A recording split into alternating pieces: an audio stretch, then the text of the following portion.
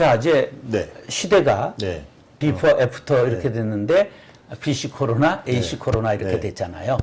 그러면 이 시대를 맞이해서 교회와 교인들이 버려야 할 것, 이전 것은 지나갔으니 보라 새 것이 되었도다. 그러면 지킬 것, 잡아야 될 것, 그 다음에 대비해야 될 것, 이런 것들 한번 말씀해 보시죠. 네, 저도 뭐 크게 깊게 고민의 부분들은 아니지만요. 네, 그 첫 번째로 제가 볼 땐 버려야 될 것은 이제 보여지는 것들. 예, 건물, 그 다음에 보여지는 어떠한 뭐 직분, 예, 뭐 이런 부분들은 제가 볼 때는 좀 버려야 된다. 예, 그것에 의미를 너무 부여하지 마라.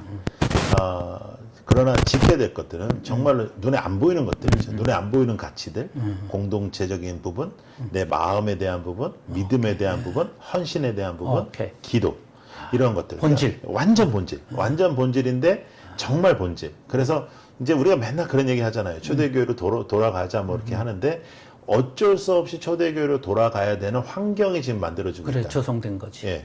그래서 여기에다가 이제 정말 환란의 이제 그 강도가 강해질수록 이제 우리는 더욱더 이제 이 본질적인 중심으로 가야 되는데 그래서 이거 저는 코로나가 정말로 많은 피해를 주고 많은 우리에게 불편함을 주었지만 사실 저로서는 3월에 코로나가 터졌을 때 앞이 깜깜했어요. 왜냐하면 저희가 5월에 창립을 했는데 1년도 안 돼서 코로나 터지고 그러면 저희 성도들 같은 경우에는 성도들끼리도 잘 모르는 상태에서 갑자기 코로나가 빵 터진 거죠.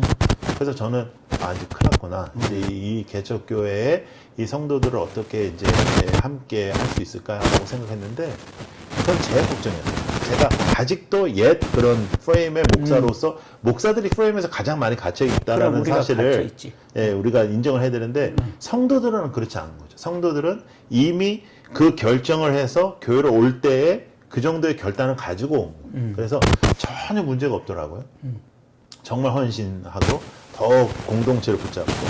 그런데 이제 목사들이 우리가 프레임에 갇혀 있고 우리가 그 프레임에 갇혀 있어서 시대적인 그러한 어떠한 반응을 우리 가장 늦게 하는 거죠. 그렇지. 예. 그래서 그런 부분을 위해서 생각해 볼 필요가 있다. 그래서 지켜야 되는 것들은 정말 본질적인 것들. 우리의 믿음, 그 믿음의 실행. 그런데 이제 우리가 대비해야 될 게 하나 있는데 그것은 뭐냐면 이 어렵고 힘든 시대 속에서 정말 교회가 사회적인 책임을 어떻게 질 것이냐.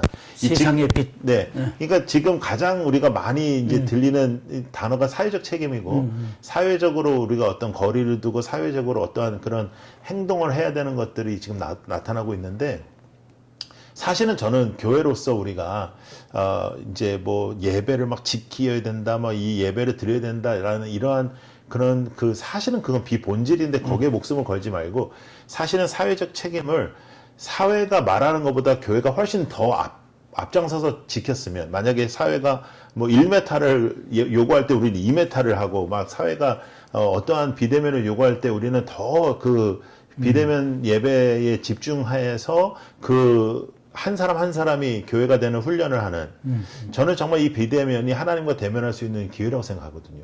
그래서 정말 어떠한 교회에서 세팅된 예배가 아니라 내 자리, 내 삶의 믿음의 자리가 이제 믿음의 그런 공동체로 이어지는 그런 훈련의 기간이라 생각하는데 비대면이 하나님을 대면할 수 있는 절호의 기회다. 네. 그래서 저는 그런 말을 자주 해요. 비대면 하나님과 대면하는 시간. 그래서 그 예배들이 살아날 때, 그 가정에서 예배들이 살아날 때, 그 가정도 살아나고, 정말 우리 믿음이 살아나는데, 우리가 정말 준비해야 되는 것은 사회적 책임을 어떻게 교회가 질 것이냐. 이때에 정말 앞으로, 이 지금 교회 이미지가 땅에 떨어져 있을 이때에 우리는 어떻게 사회적 책임을 져서 교회가 이 땅에 하나님의 말씀을 그대로 보여줄 수 있는 그런 공동체가 될 것이죠. 그것을 우리가 지금 준비해야 된다고 생각해요. 아주 중요한 얘기인데 이제 정리 단계로 들어가겠는데 도발적인 질문인데 과연 직분을 없앤 교회를 한다든지 출현의 가능성은 없을까? 저는 직분을 호칭, 그러니까 받아온 직분들이 있으니까 호칭으로 끝을 내려고 합니다. 그래. 그건 앞으로 우리가 깊이 고민해야 될 문제인데 네. 조직에 직분이 없을 수 없는데 직분이 있으므로 이게 거짓이 들어와요. 근데 이제 저도 사실은 이 부분에 대해서 결론을 짓지는 못했어요. 예, 제 마음속에 이제 교회를 해 가면서. 왜냐하면 직분이 성경에 등장하거든요. 성경에 나오는 직분을 함부로 제가 이렇게 생각할 수는 없기 때문에. 그러나 지금 훈련 기간 동안 저희들도 이제 교회를 이제 지금 하는 프랙티스 기간이잖아요. 우리가 물론 지금 모이고 있지만, 앞으로 좀 시간을 보내면서 최대한 직분을 안 세워보면서 이것을 어떻게 해봐야 될지 저희들이 실험을 하면서 또 이제 후배들에게 실험 결과들을 나눠야 될 때가 있을 거다 이렇게 생각합니다. 저는 그 고민에서 네.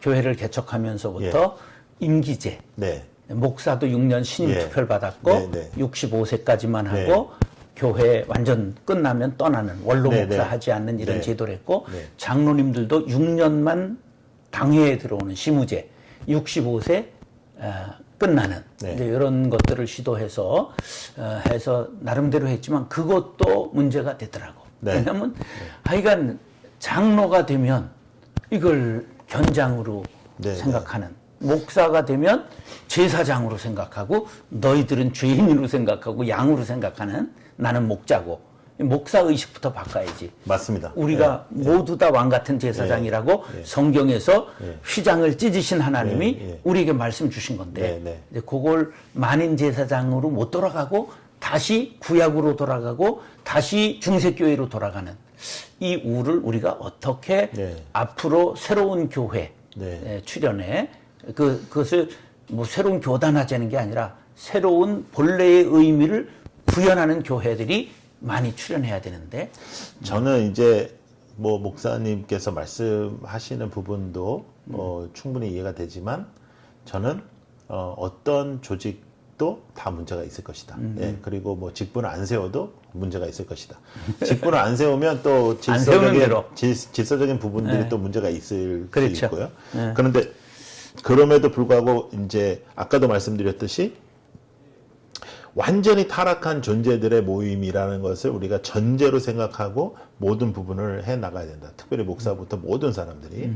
그러나 그 핵심은 이제 아까도 목사님 말씀하셨듯이 가장 계급화를 선호했던 사람은 목사들이거든요. 그래서 목사는 이제 축복을 해주는 사람, 영혼 축복을 받는 사람, 그리고 우리도 예수 그리스도께서 목자시고 우리도 양인데 우리는 어쩌면 특별한 계급층을 제일 추구했던 게 목사들이니까 목사들부터 정신을 좀 차리면 조금 좋은 일들이 있지 않을까 하는 그런 고민들을 갖고 있고요.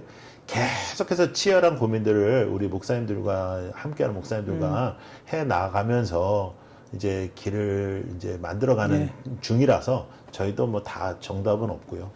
저 정리하는 의미에서 더 이상 내려갈 곳이 없었다. 책을 내셨는데 그 책은 내용입니까? 이제 사임하면서 4년 동안 제가 이제 순회 선교하면서 가장 제 인생에서는 가장 어렵고 힘든 시간을 하나님께서 저에게 주신 또 특별한 말씀이 있어요. 시편 23편을 통해서 주신 말씀. 그래서 시편 23편을 풀어내면서 그 당시에 제 마음들을 풀어내서 사망의 음침한 골짜기를 직접 경험했습니다. 라도. 자, 그러면 마지막으로 코로나 시대의 동역자들에게 한번 위로와 희망의 메시지. 저는 코로나를 통해서 하나님께서 우리에게 말씀하시는 것들이 분명히 있기 때문에 목사님들께서 너무 걱정하시거나 움츠리실 필요는 전혀 없다 생각합니다. 오히려 사역이 어려워지고 힘들어지는 부분도 있지만 하나님께서 나에게 하시고 싶은 말씀이 뭔지를 찾는 게 더 우선이다. 그러니까 내가 지금 맡고 있는 사역과 교회를 어떻게 유지를 하느냐에서 좀 벗어나셔서 하나님이 나에게 지금 무엇을 말씀하시는가를 찾아가시면 이 시간이 너무나 유익하지 않을까 그렇게 생각합니다. 오늘 우리 홍민기 목사님 라이트하우스 새로운 교회 운동을 시작한 목사님 모시고 아주 유익한 이야기를 나누었습니다. 감사합니다. 감사합니다.